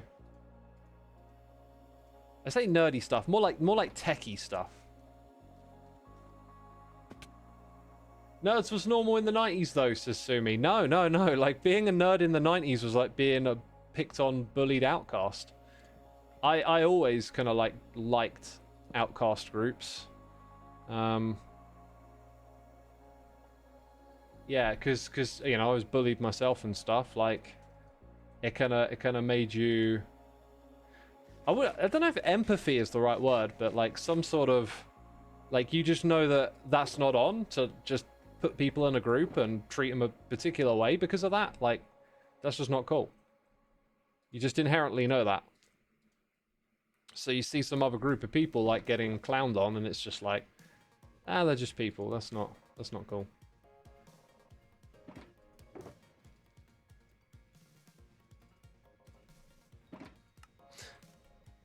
Let's I'm struggling to focus a bit because we're chatting about so much stuff. But I just feel like there's some other block or like detail oriented thing. Like maybe a sapling over there. There you go. A sapling would look great.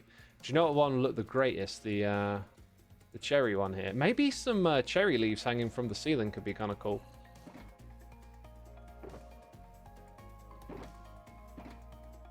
Dang it! I've got so many boxes. Forgotten which one I'm trying to use.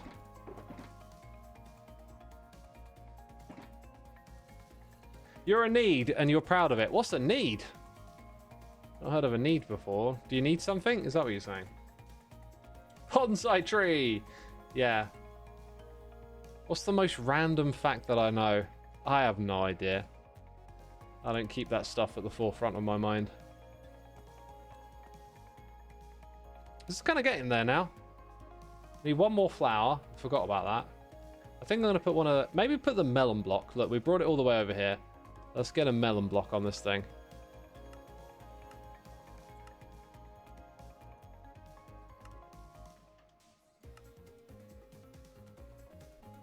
Minus 0 point. And then was it this one by 1? Yep.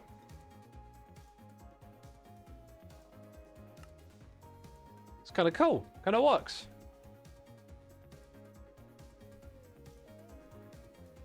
The worst insult was Neek, nerd and geek. I don't think I ever encountered that one, funny enough.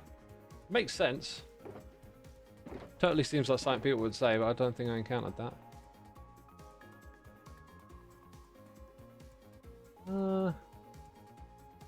What flower to put in there? Let's put a... Can I put a torch flower in there? It's very exotic, this one.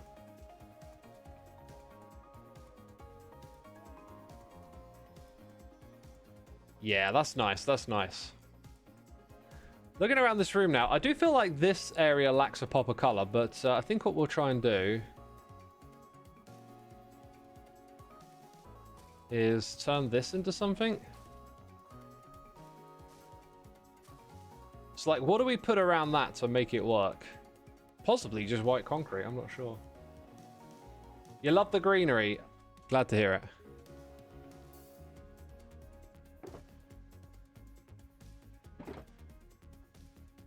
Need some hanging lights, yes. I wasn't thinking lights. I did say earlier, oh my god, I'm out of the glowberries. I don't know. Kind of like the way the lighting is in there. Gosh, I need to sort some of this stuff away, and I don't know what's what right now. I don't know what's what.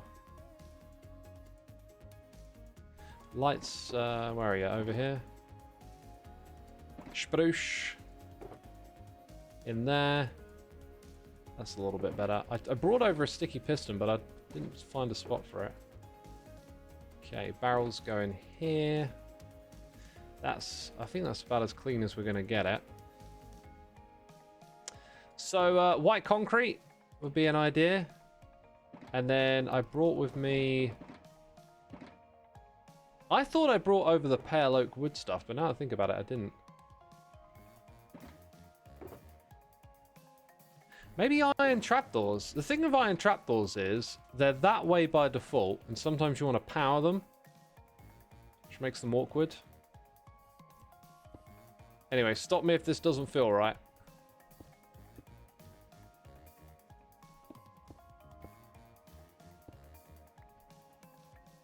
I actually think we might get away with this.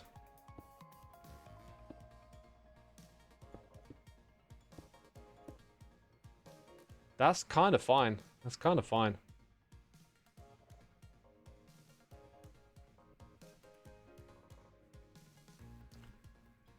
I think that actually really works. That really works. You want half slabs of concrete? I do too now. I do too after looking at that. I do too. I could actually put some trapdoors on this bit, but I think it'd end up looking a bit much. That's seriously cool.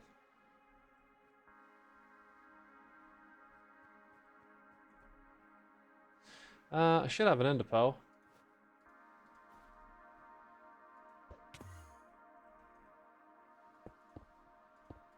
So I'm not sure if I want it all the way around or just on those bits. Yeah, I think just in the middle is fine. Okay. So, I kind of feel like that's really good. It's very zen. It's just got the vibe. Okay, we're missing 4 spruce signs, and then those signs need words on them. More quartz stairs. I don't know where they would go. I feel like the balance is pretty good in here. It's very gem. Oh, well, that is the highest praise. Because I must admit, like, we started trying to make it reflect Gem's base, but then it just... I didn't know where to go with that idea. So, if that's what you think, I'm honored.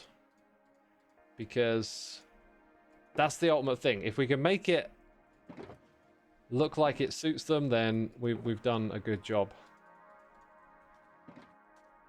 Right, now I'm going to need a painting.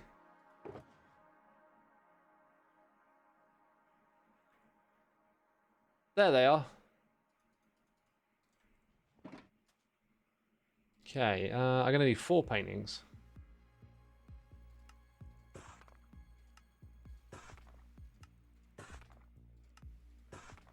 Right, let's go put these signs in. Now all that's missing is a 100-block light tower with a mall system. A mail system. I don't know how that would be missing from an art gallery. Right, so our 4x3, there's only one. It's this one right here, right? No, that's the 4x4. So, sunrise _ by Tate Art.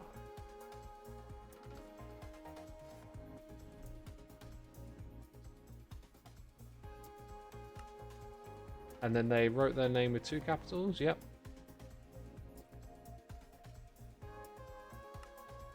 As you can see, we need to get some dye over here.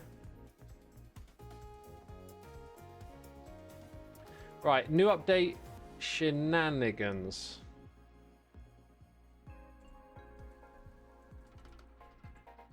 Yeah, that's going to go on the second line.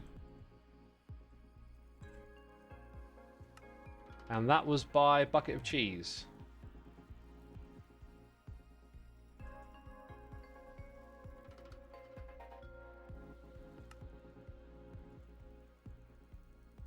Let's go down a line. Whoa! What happened there? I pressed spacebar and it clicked out. Very odd. This is the vampiric one. That's what I call it because that's what my brain says when I look at it for a split second. Red waves.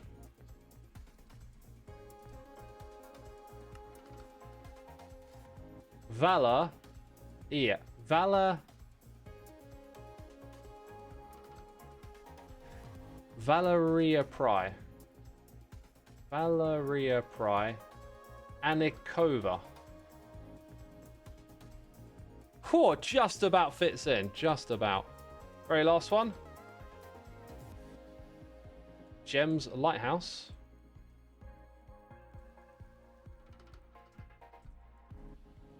It was lowercase, wasn't it?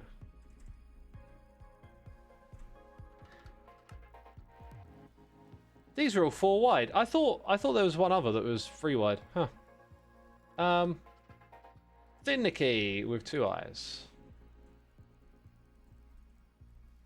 There it is. There it is. Have we got a Burt Potato in the chat? Welcome, Burt. You would have enjoyed the discussion earlier, I think. Maybe, maybe not. White blocks in here.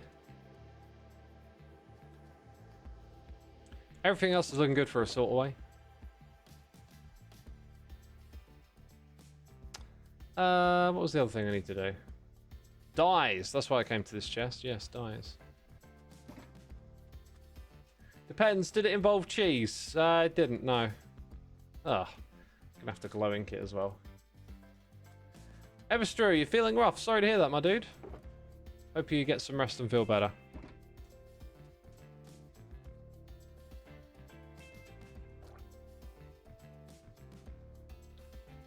Make the text pink. I think you're right. I think you're right. Making it pink would be a nice touch.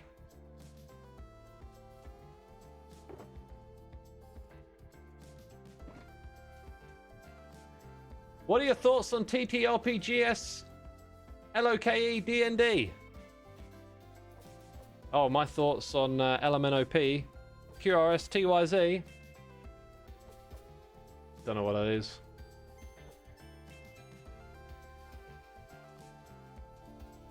Pink is so gem. Well, there we go. We made it very gem. Let's grab our customary screenshot. It's kind of a nice spot, that angle.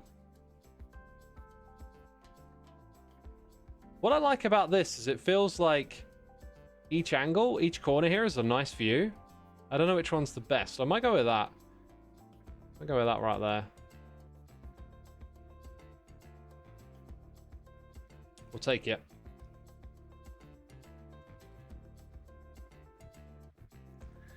D&D equals Dunbians and Dragons. Dunbians and Dragons. Never heard of it. Never heard of it. I don't need these anymore, but I'll take the paintings back. So we place and break, place and break.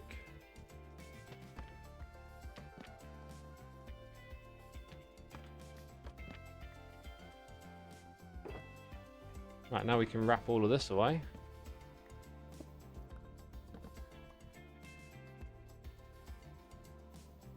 I would like it if the bed could fit in the bundle. That'd be good.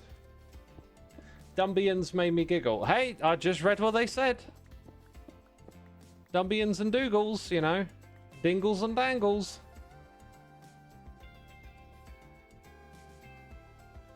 Let's see, let's see, let's see. Orange shouldn't be there. I don't know how orange ended up there. That is not where it belongs.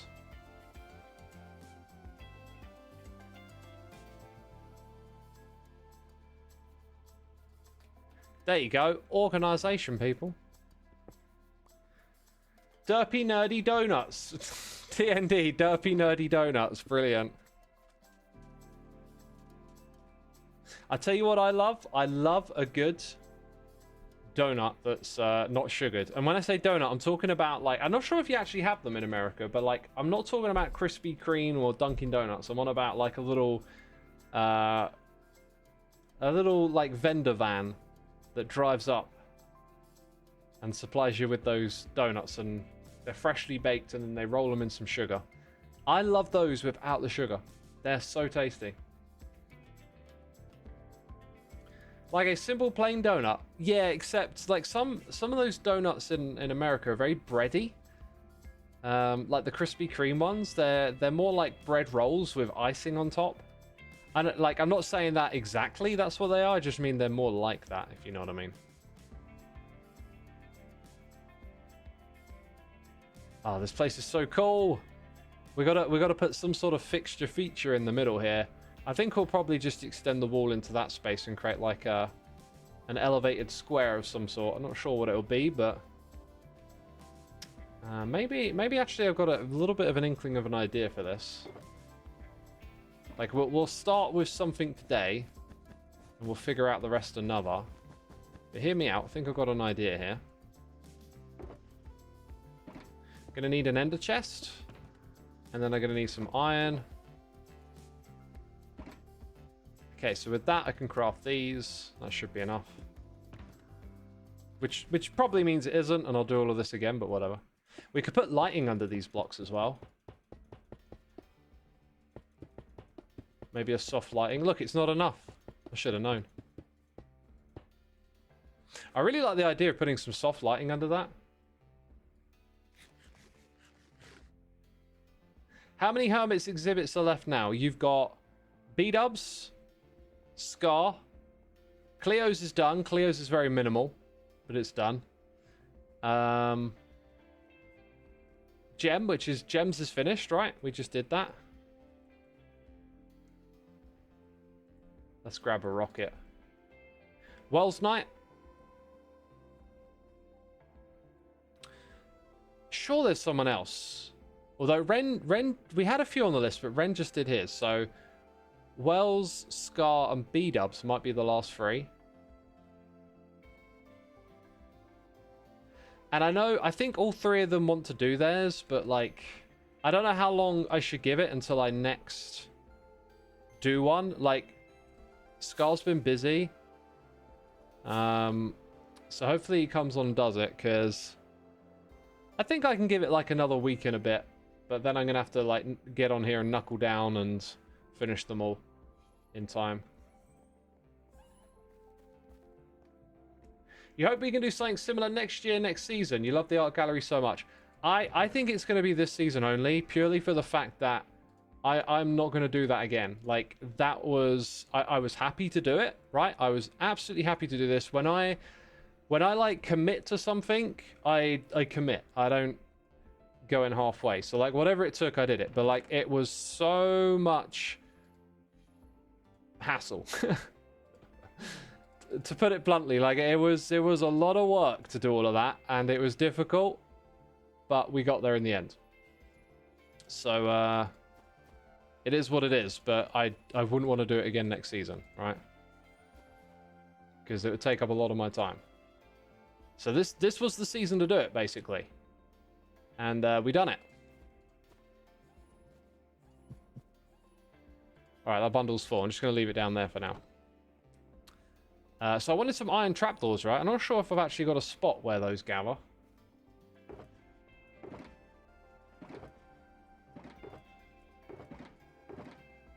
Oh, look, I do. So we'll grab some of those. Then lights. We kind of went over this and we ended up using copper lamps. I don't think... I probably actually can craft up quite a few more of those, right? Like, I think I got a lot of blaze rods somewhere. Yeah, I got lots of blaze rods. And I got lots of redstone. Okay. Oh, Season X. Yeah. We named this season after XP Crafted. Thanks for reminding me, chat. Thanks for reminding me. Oh, did I just goose? I think I just goosed. I goosed. Of course I did. Oh, wow. Oh, I just made a crazy amount. Way more than I expected. Fair enough. I forgot they make 4 each, didn't they? Was my public brewer running out of blaze rods? I don't know, but I guess we should go stock that up again at some point. Right, I was just thinking, what's the easiest way to power a bulb? And it's probably just a redstone torch, right? Easy to place, easy to break.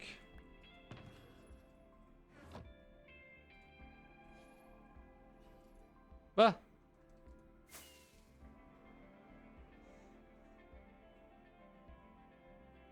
Sumin says, how does he know his way in this system? I don't know, it's like I built it or something. It's like I use it all the time and just remember where things are. Isn't that really strange? Like, oh my god, I interact with this thing on a regular basis and I know what's what about it. That is so strange. Is that a lag spike? Oh, that just crashed. Hard crash. Straight up hard crash. I don't know what that was then. How long has the season be running for? A buzzing long time, my friend. A buzzing long time.